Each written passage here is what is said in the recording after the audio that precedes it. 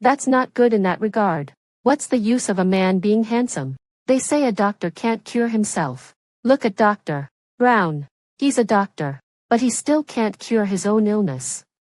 Dr. Brown was the love I couldn't get during my school days and I couldn't forget over the years. Unexpectedly, 7 years after graduation, he lost his male virility that I stood at the door of the restaurant's private room. When I heard the whispers inside, the shock in my heart was like a huge wave that I was leaning against the door, about to listen carefully to what was going on, when a man's voice suddenly came from beside me. "Why don't you go in?" I was so startled that I turned my head.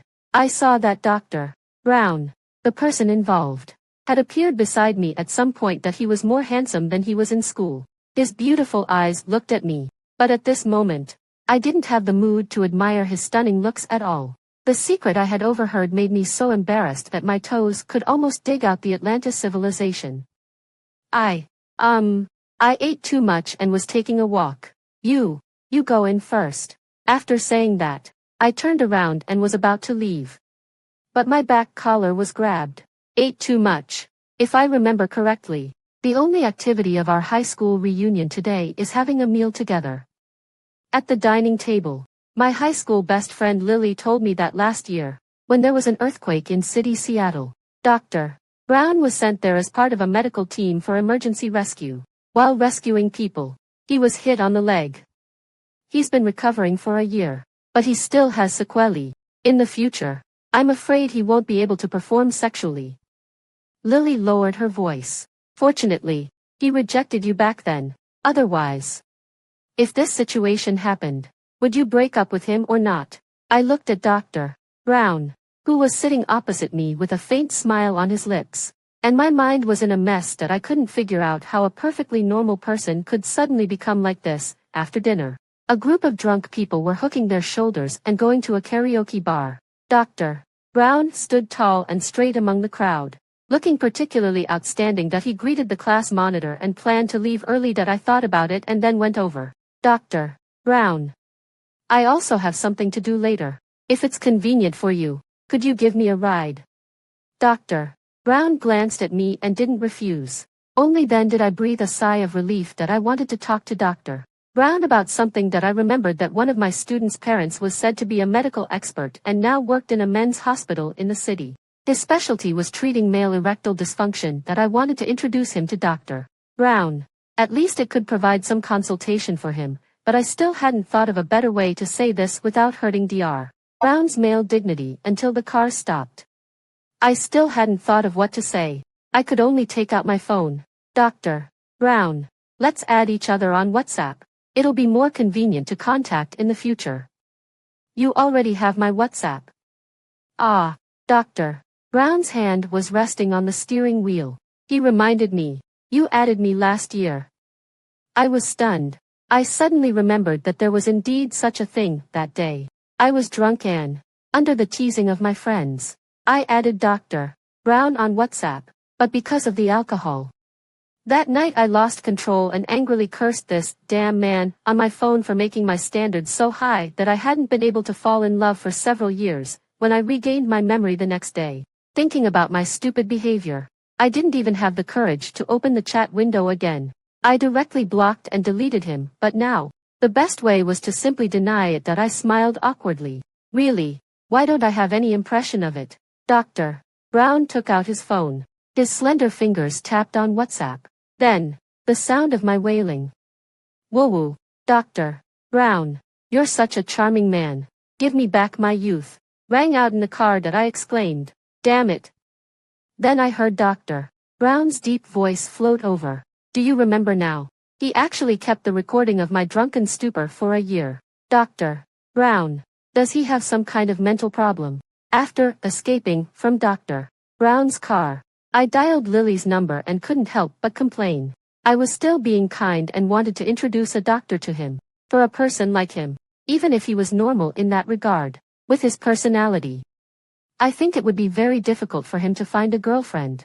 Just as I finished speaking, someone suddenly patted me on the shoulder. That I turned around impatiently and saw Dr. Brown standing just a step away from me, holding my bag in his hand and wearing a gentle smile that made my scalp tingle. You left your bag in my car. The embarrassment made me lose my balance. I twisted my foot and finally fell off the curb due to excessive panic. At the moment I fell to the ground.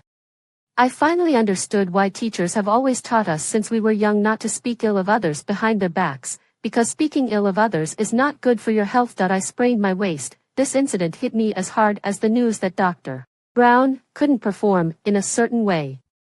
Dr. Brown, do you think this will affect my dancing in the future? I was lying on the bed in the clinic like a turtle that couldn't turn over, looking completely desperate. Not likely. Dr. Brown put the X-ray film I had just taken into a bag. His voice was cold and without any warmth. Then will it affect my having children in the future? I heard that pregnancy puts a lot of pressure on the nerves in the waist.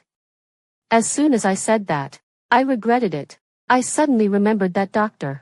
Brown might not be able to become a father in the future. So I quickly tried to make up for it. It doesn't matter if it does. I don't plan to have children anyway. Kids are so annoying. Hee hee. Dr. Brown washed his hands and stood opposite me. Aren't you a dance teacher for children? You don't like kids. I don't like them. This is all out of necessity. Just trying to make a living. Dr. Brown glanced at me. It's okay. If you don't like them, don't have them. He said it so casually. As if whether I had children or not had something to do with him. That I silently buried my head in my arms. My waist hurts. Then I felt a pair of hands touch my skin. I let out a cry. I heard Dr. Brown's voice coming from above. I'm putting some medicine on you. Tell me if it hurts. The cool liniment spread on my waist, and a pungent smell came. With this smell and this force, who could bear it without crying out? Just as I was in great pain and moaning wildly. The door was pushed open. Dr. Brown reacted quickly and pulled the coat that was placed by the bed over my waist. The slightly chubby doctor standing at the door was immediately embarrassed. I'm so sorry, Dr. Brown. I didn't know your wife was here. I just came to ask since you were still here so late. You continue. Saying that, he closed the door with a bang. That it was originally a normal thing, but because of the doctor's panic, I also started to feel embarrassed belatedly, obviously. Dr. Brown had a much better psychological endurance than me after the other person left. He slowly pulled up my pants a little. His slightly cool fingertips brushed against my waist. My mind went blank, and my whole lower body felt numb. That moment, an inappropriate thought popped into my mind. Even if Dr. Brown wasn't okay in that regard, his hands were really good. There was no better way to recover from a sprained waist. I could only lie still and have regular massages with ointment, which was also good for promoting blood circulation and relaxing muscles. That I lived alone in the North City, thanks to the rapid development of the food delivery industry. My daily life was okay. The only trouble was applying the medicine. I simply couldn't find anyone to help me. At this time, Dr. Brown's feelings of classmate friendship towards me were fully manifested. The man came to my house twice a day to give me massages. At first, I would politely decline, saying, I'm so embarrassed about this. Or I would pretend to be polite and ask a few questions. Have you eaten? How about just having something to eat here? I'll order some takeout. Now, after so many times, I have completely revealed my true nature and gotten used to his presence. Even the day before yesterday, because I was too lazy to get up and open the door, I directly gave Dr. Brown the spare key to my house. When he received the key, Dr. Brown was also stunned for a moment. Aren't you afraid that I'll break into your house when you're not here? I lazily lay on the sofa. Without waiting for Dr. Brown to say anything, I quickly rolled up my clothes, revealing a section of my white waist. If Dr. Brown could break into my humble abode, it would truly add luster to this shabby place. The most valuable thing in my house is me. How about you just steal me away too? Dr. Brown didn't say anything. What's the matter with his current situation? Is he still looking down on me?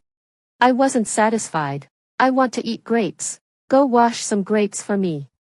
I guess my rascally appearance made Dr. Brown a bit speechless. He gave me a sidelong glance and said, Do I owe you? I whined that I really wanted to eat them. And Dr. Brown still resignedly got up and walked towards the kitchen, looking at the scene of Dr. Brown washing grapes for me in the kitchen. I couldn't help but sigh with emotion. Who would have thought that my unattainable love would one day roll up his sleeves to serve me food and help me with my clothes? Whether Dr. Brown likes me or not, I can't deny the fact that he is a good person. That I think I should do something for Dr. Brown to repay his kindness for taking care of me during this time. After thinking it over and over again, I thought that the best gift for Dr. Brown should be to help him regain his male virility. People who are good at studying all have a common problem, which is being shy. Dr. Brown has always been the top student since he was a child. Now that he has suffered a major blow in life, how hard it must be for him to talk about it, considering that he might be too embarrassed to go to the hospital by himself. I privately found Mr. Johnson, the parent of one of my students who works in a men's hospital, and went to see the doctor for him in person. There were all men outside. I walked into Mr. Johnson's consulting room like a thief, wearing a mask. Dr. Johnson, actually, I'm asking for a friend today. You know, guys feel a bit inferior when they encounter this kind of thing. I understand. Mr. Johnson nodded knowingly. Tell me about your boyfriend situation. I choked. No, he's not my boyfriend. He's really just a friend of mine. All right. Then tell me about your friend's situation. This tone was so perfunctory. I told him all the gossip I had heard. Mr. Johnson directly asked me, what was the extent of the external injury at that time? Does he still have a normal morning erection? Does he feel anything when you caress each other? If he can still get an erection normally, then it's not erectile dysfunction. It needs to be judged comprehensively in combination with whether there is premature ejaculation. Each question was more pointed than the last, and my whole face turned as red as a tomato. I was too hasty. How come there are so many different situations when a guy has problems in that regard? Dr. Johnson, I'll come back another time.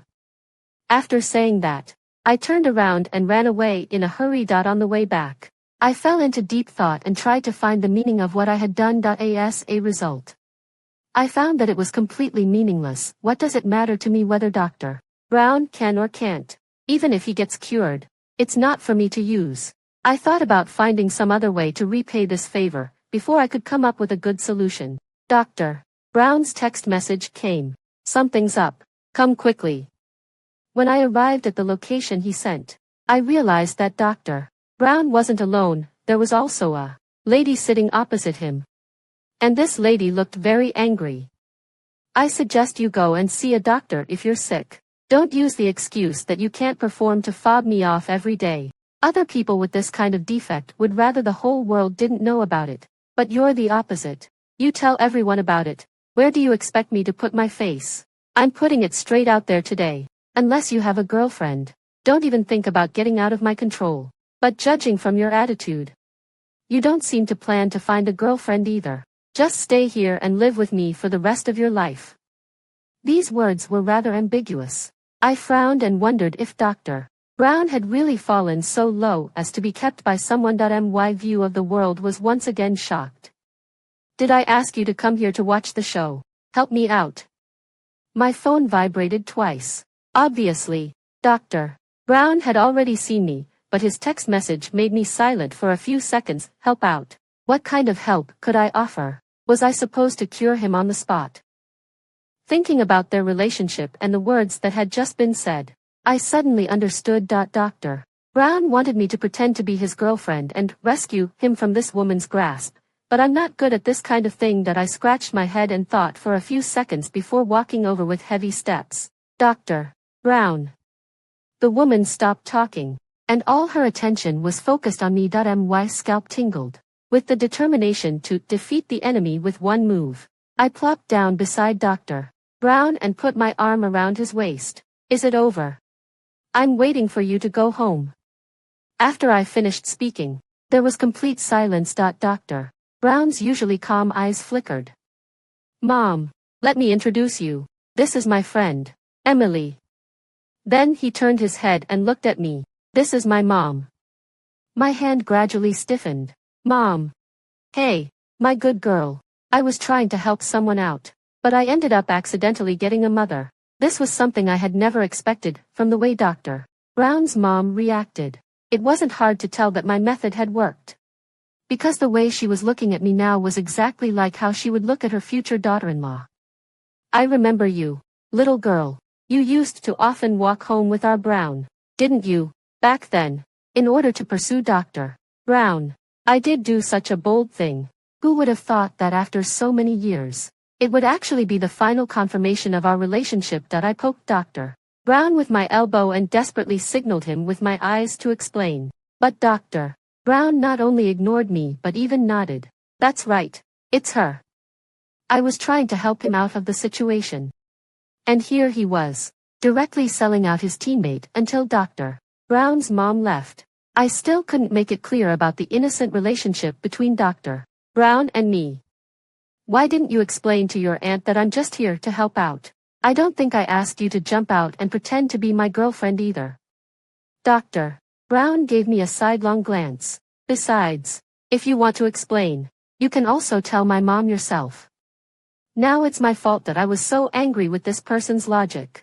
How do you expect me to explain? What if I explain and your aunt gets a bad impression of me? What if we really end up together in the future? How am I going to get along with my mother-in-law? Hearing this, Dr. Brown's expression became more and more strange. Finally, there was a smile in his eyes. You're right. You've thought it through very carefully. Then I heard Dr. Brown continue. I thought the same way too. What did he mean by that? Was it what I thought he meant? Later, I finally figured it out. Dr. Brown's mom wanted him to go on a blind date, but Dr. Brown refused. That's why his mom got so angry and started scolding him directly, and when he said, help, he meant asking me to call him and make up an excuse for him to get out, but look at what I did.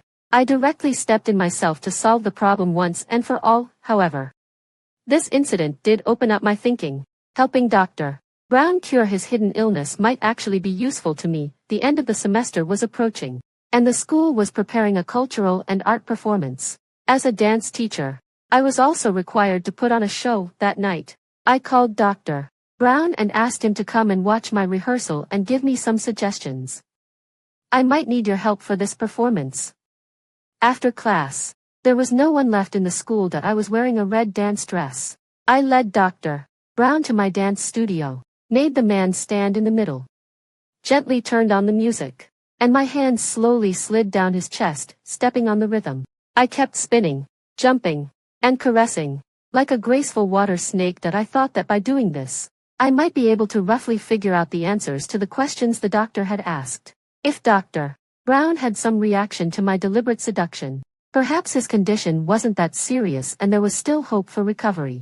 I secretly observed Dr. Brown's face and found that he had no expression. His indifference gradually made me feel embarrassed. Isn't it nice? Dr. Brown looked at me strangely. For the children's end of semester performance. Is this what you're going to dance? Was the performance itself important at this moment? I let out an sound. Then I saw Dr. Brown take 2 steps back, sit cross-legged on the ground, and say, dance something that the children can watch. Then, in the classroom, I was wearing a sexy red dress with a slit, standing in front of Dr. Brown. I danced, I'm a good kid, chick chick. And little bugs fly, for an hour that I was almost about to cry from dancing. I think today's rehearsal is about enough.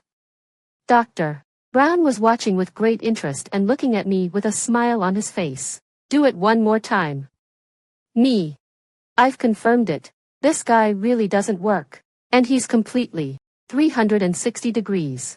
Without any blind spots. Not working. Later, my work got busier, and I didn't have the energy to worry about Dr. Brown's illness. Until a few days before the performance, I received a call from Dr. Brown asking me about the time of the performance, saying that he was going to come and watch it in person. That I really didn't expect that Dr. Brown would like this kind of children's dance so much. On that day, when I stood on the stage, I saw Dr. Brown at the end of the crowd. He was wearing a dark casual outfit. His face was as fair as jade, and he stood out tall and straight among the crowd. A few little kids walked over together and tugged at his pant leg. Dr. Brown squatted down, turned his face slightly, and talked to them attentively without showing any signs of impatience. This scene made me feel a bit uncomfortable. Perhaps Dr. Brown liked children, but with his physical condition. I didn't know if he still had the chance to have his own. But now technology is quite advanced. It's not impossible to do in vitro fertilization. My thoughts were surging. It wasn't until the principal poked me on the shoulder and said, "It's your turn. Hurry up and get on stage." My program was finally set as The Little Rabbit Moves House. I was wearing a fluffy rabbit costume and wriggling around on the stage to liven up the atmosphere. It was childish, but the children loved it after the performance.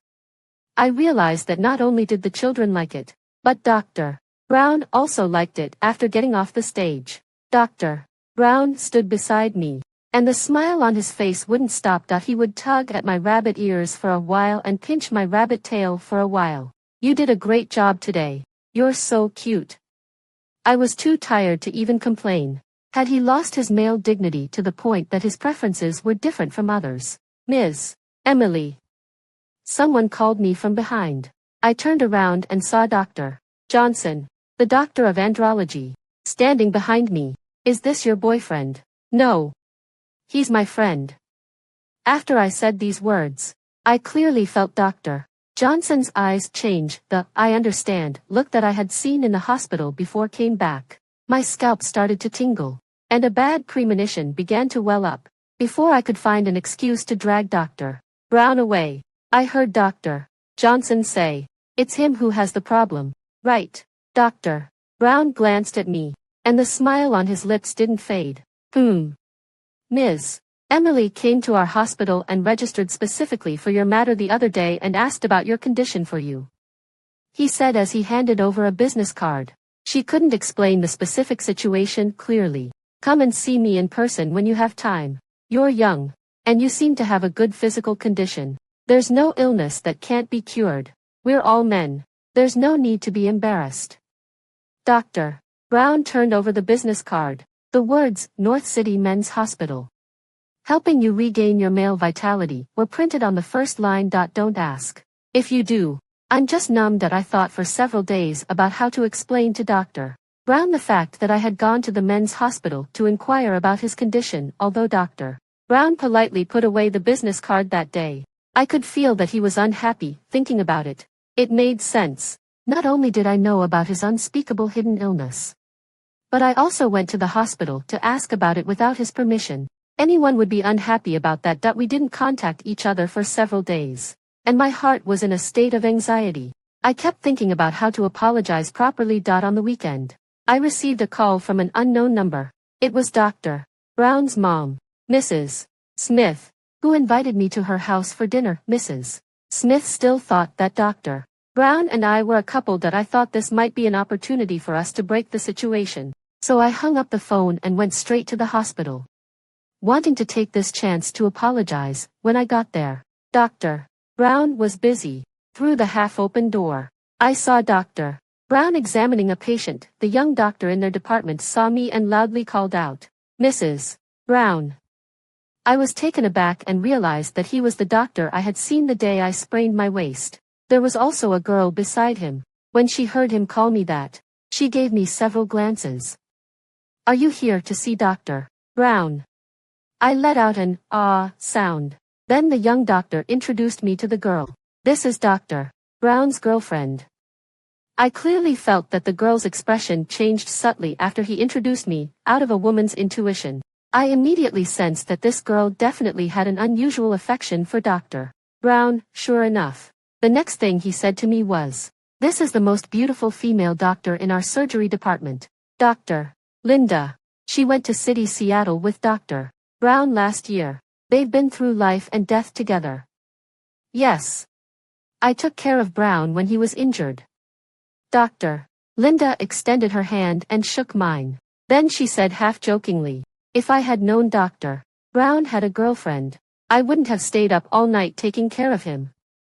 If the purpose of her saying these words was to make me unhappy, I had to admit that she had achieved her goal. That I really couldn't pretend to be happy now, even though Dr. Brown wasn't really my boyfriend. To be honest, if I had known that there was such a considerate woman by Dr. Brown's side, I wouldn't have been so eager to get close to him. After all, I had been alone for so many years. There was no need for it that I turned around and wanted to leave. Dr. Brown came out of the department. As if he could read my mind. He grabbed my hand. Why did you come here? I took the wrong way. I came up with a really lame excuse and tried to break free from his grip and leave. But Dr. Brown held on tighter. Then it's just right. My mom asked me to take you home for dinner. I'll be off work soon. Let's go together. Probably because our conversation had left the people around us ignored. Dr. Linda took half a step forward and blocked my way. Dr. Brown. I was just telling your girlfriend that it's strange that we didn't know you had a girlfriend. Dr. Brown didn't even lift his eyelids. Do I have the obligation to report to you? With just one sentence. Dr. Linda was left speechless for a moment. After all, I took care of you when you were injured before. I thought we were friends. So, are you saying that just because I was hospitalized in the surgery department, I have to report my private life to the doctor? The corner of Dr. Brown's mouth curved into a mocking arc. I didn't know the hospital had such a rule. Later, you can suggest it to the director. Since he's your father, he should be able to take your advice. After saying that, Dr. Brown pulled me past Dr. Linda. Did I have to say? Dr. Brown's straightforward rejection made me feel quite satisfied. But at the same time, I was worried. Is that girl just now the director's daughter? With the way you talk to her, will she gossip about you to the director and affect your promotion? Then how about I go and apologize to her and tell her that I'll report everything to her in the future? He clearly knew that wasn't what I meant, that I didn't say anything. But I also felt that my anger today was a bit inexplicable. Dr. Brown wasn't really my boyfriend. So what right did I have to be both unhappy and worried? I was really just too idle. That I lowered my head and suddenly realized that Dr. Brown still hadn't let go of my hand. That I awkwardly pulled my hand back and cleared my throat. Dr. Brown, I came here today to apologize to you. About the thing of registering at the men's hospital behind your back. I had good intentions and didn't mean to mock you. Dr. Brown stopped in his tracks, and the look in his eyes as he looked at me became even more complicated. Actually, I'm really curious. Who exactly told you that I'm not good in that regard? I was stunned. Everyone says so. At the class reunion. And your mom also. Before I could finish, Dr. Brown kissed my lips. That I tightly closed my eyes and nervously grabbed the hem of Dr. Brown's clothes. Dr. Brown's kiss wasn't hasty. At first, he just gently touched my lips. Only when he found that I didn't struggle did he gradually deepen the kiss. That I don't know how long it lasted. When my brain started to lack oxygen, I heard his smiling reminder. Don't hold your breath. Like a fish that had been saved. I quickly took 2 breaths of air and then slumped limply into Dr. Brown's arms. Then, Dr. Brown gently pressed me closer to him, and I felt something strange pressing against me. I opened my eyes in surprise. You, Dr. Brown let out a sigh. Do you understand now? I don't know why, but I suddenly thought of what Dr. Johnson had said. So you don't have erectile dysfunction. You have premature ejaculation. Dr. Brown. What? After I suddenly got a mother out of nowhere that day. Now I have a boyfriend. That I think Dr. Brown must be the most hassle-free person in the world. He didn't even have a proper confession. He just recruited me with a kiss. Our hands that were clasped together were slightly damp, but neither of us let go. Dr. Brown, you didn't like me before, did you? I think it's a bit strange that you're acting like this all of a sudden. I always felt that Dr. Brown's actions today were a bit absurd, and even a bit of a desperate determination to prove his innocence, regardless of the consequences. As a result, when Dr. Brown heard my question, he sneered. You don't even mind that your boyfriend has premature ejaculation. What's so strange about me suddenly liking you? His voice didn't have the slightest fluctuation, and it wasn't hard to feel his extremely unhappy mood at the moment. That I forced a smile. Actually, premature ejaculation is better than erectile dysfunction. You know, it's always better than not being able to perform. Right? Dr. Brown's face visibly darkened more and more. Okay. It wasn't funny. I got it. After being with Dr. Brown, my goal changed from helping Dr. Brown regain his male vitality to helping my boyfriend overcome premature ejaculation, having learned from my previous experience. I found that Dr. Johnson wasn't very reliable. And I didn't dare to consult him rashly. So I had to secretly search on Quora and found that there were quite a few boys with short combat time. The fellow patients provided a lot of methods that were worth learning from, such as different postures and supplements. I carefully wrote them all down in my notebook, waiting for the time when my relationship with Dr. Brown became more intimate to give them a try. Maybe they would be helpful after learning the news that I was with Dr. Brown. The one who reacted the most was probably Lily. The only person who knew the whole story. She called me stupid for insisting on hanging myself on one tree. But the next day, she still sent me a text message. I sent you a gift for getting out of the single status. Remember to check it. She was truly my best friend when the package arrived. Dr. Brown helped me open it. I was originally sitting next to him watching TV, and I felt that Dr. Brown looked a bit strange after seeing the gift. What did Lily send? I pulled the box over. And then 4 or 5 sex toys fell out directly. Their realistic shapes made me feel a bit embarrassed. There was also a note inside. Sister, from today on, you'll have to rely on yourself. If it doesn't work, Dr. Brown's hands can also be used in combination. It was from this moment that the atmosphere gradually became awkward. Lily was just joking. Dr. Brown let out an sound. And I couldn't tell what his expression was from his face. I'll throw them away right away. No need.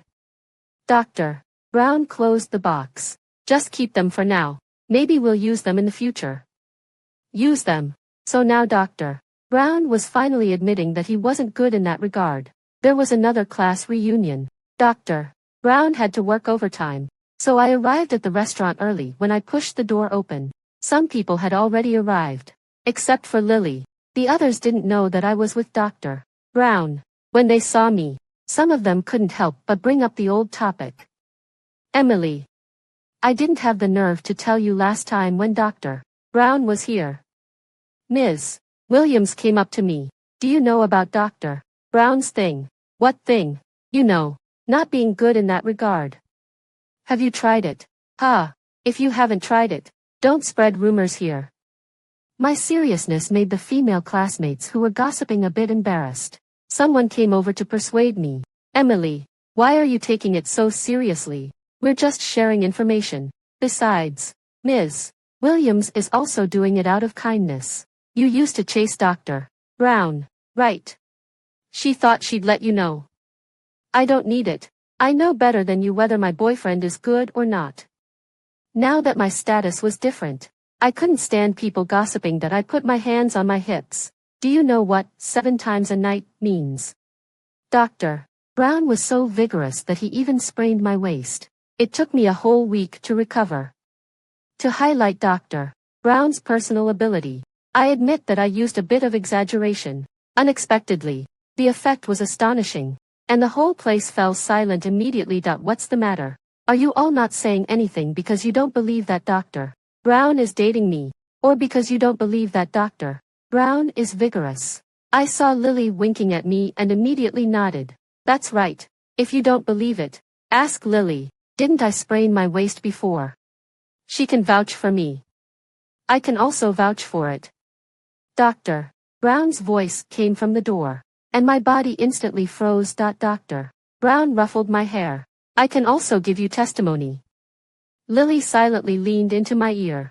I wanted to remind you that your boyfriend had arrived just now, but you didn't give me a chance. Okay, it's my fault for being talkative. I don't know why, but even though I had boosted my boyfriend's prestige outside today, I still felt a bit guilty when facing Dr. Brown himself. To avoid being scolded, I drank 2 bottles of beer during the dinner. On the way back, I leaned on Dr. Brown's shoulder and whined. I'm drunk, and I feel so uncomfortable. I remember at the high school graduation dinner for teachers, you stood on a box and drank a whole bucket of draft beer by yourself. After going to college, has your alcohol tolerance gone down? There's really no need to remember such heroic moments so clearly. I silently sat up straight. At this moment, silence was my protective color. When we got to my house, after I took a shower, I found that Dr. Brown didn't seem to be planning to leave. Normally, Dr. Brown would send me home. And after having dinner, he would leave. Today, I felt that something was a bit unusual. Did you write this? Dr. Brown held up a small notebook and waved it at me. My expression changed instantly. That was the notebook where I had excerpted the essence of the experiences from the Quora users in order to help Dr. Brown overcome premature ejaculation. Don't look at it. I reached out to grab it. But Dr. Brown pinned me down on the sofa. I can see that you've put a lot of effort into this for me. The atmosphere gradually became ambiguous. I originally planned to wait until we got engaged, but I didn't expect you to be so eager to treat me. Dr. Brown shed his usual gentle and aloof demeanor during the day. But now, looking at it, with all these tools, the notes, and the mention of 7 times a night, if I don't do something, I'd really be letting down my girlfriend's kind intentions. My heart was beating so fast that I felt like it was about to jump out. But this was a chance to find out Dr. Brown's real situation. I had been preparing for this for so long and already had a psychological expectation anyway. Dr. Brown was supposed to be quick. It was just a matter of enduring it for a while. I nodded heavily. Actually, I don't mind, no matter how long or short the time is later. I won't blame you. If there's a problem, we'll face it together. A few hours later, I was crying loudly. Go away. I don't want it anymore. Leave. Dr. Brown's voice carried a perfunctory consolation. We've only just tried the first posture in your notes. I'm going to tear it up. Can't I just tear it up right now? Afterward, I was so tired that I didn't even want to lift a finger, and I was filled with a strong sense of being deceived. Who the hell said he wasn't good in that regard? If he's this good, I might lose my life. I didn't want to pay attention to this jerk at all. Unexpectedly, Dr. Brown still had the nerve to say, you said you wouldn't blame me no matter how long or short the time was and that you'd face it with me. Are you going back on your word so soon? So, was that what I meant? Dr. Brown lay beside me, satisfied. And his mouth was still going on and on. There are still a lot of postures in the notes that we haven't tried. Shall we continue tomorrow? The notes will be gone tomorrow. The mystery of Dr. Brown's ability was finally solved. But I just didn't understand who exactly started the rumor that he wasn't good. In the end, Dr. Brown himself solved the mystery. Linda. She chased me. After I refused her, I guess she felt embarrassed. She probably casually complained about it to the people around her. And later it got more and more exaggerated. After saying that, Dr. Brown even smiled. But later I found that it was quite nice this way. It was peaceful, so I didn't explain it. He was indeed peaceful. Did he ever consider my feelings? He even lied to his girlfriend. I really hope he can be a decent person. On the weekend, I finally accepted Mrs.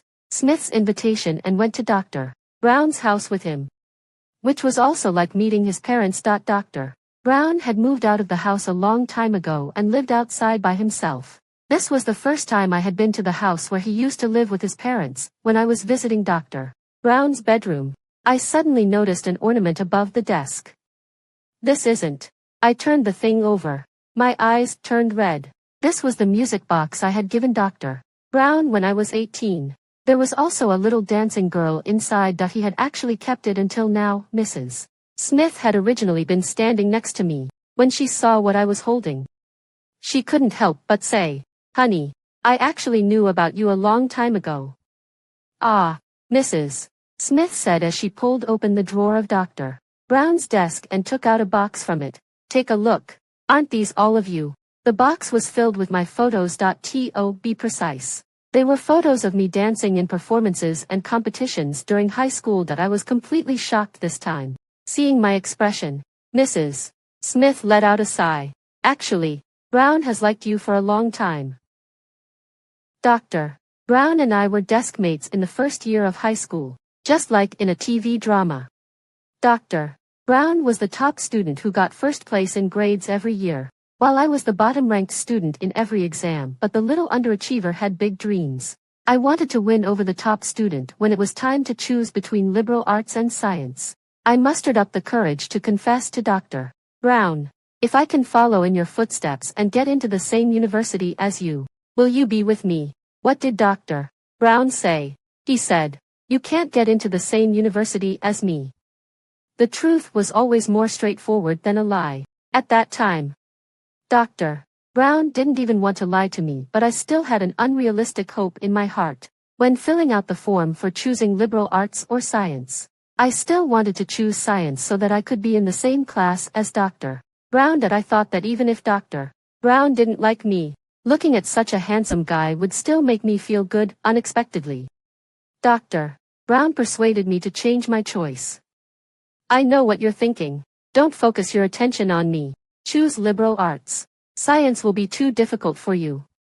Then he handed me a stack of materials. If you really want to get into the same university as me, you can consider being an art student with your dancing skills. I've found some materials. You can take them home and discuss it with your family. That was the first time I knew that dancing could actually help me get into university, also because of this reminder. My fate was completely changed. With the rankings I got in the dancing competitions, I was successfully admitted to a key university that I could never have entered with my academic grades in my life. The only drawback was that Dr. Brown wasn't at that school.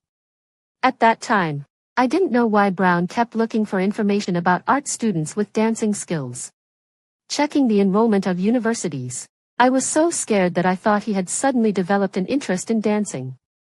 Mrs. Smith looked at me with a smile. Later, when I was tidying up things, I saw these photos at home and realized that it wasn't that he was interested in dancing. He was interested in the person who was dancing. These words made me blush and my ears turn red. Dr. Brown had always liked me, but why had he never told me? When we got home at night, I finally poured out the questions that I had been holding in all night. Dr. Brown looked helpless. Emily, I've never rejected you. I was at every one of your performances. I was in the audience for each of your shows, and I accompanied you through every step of your growth.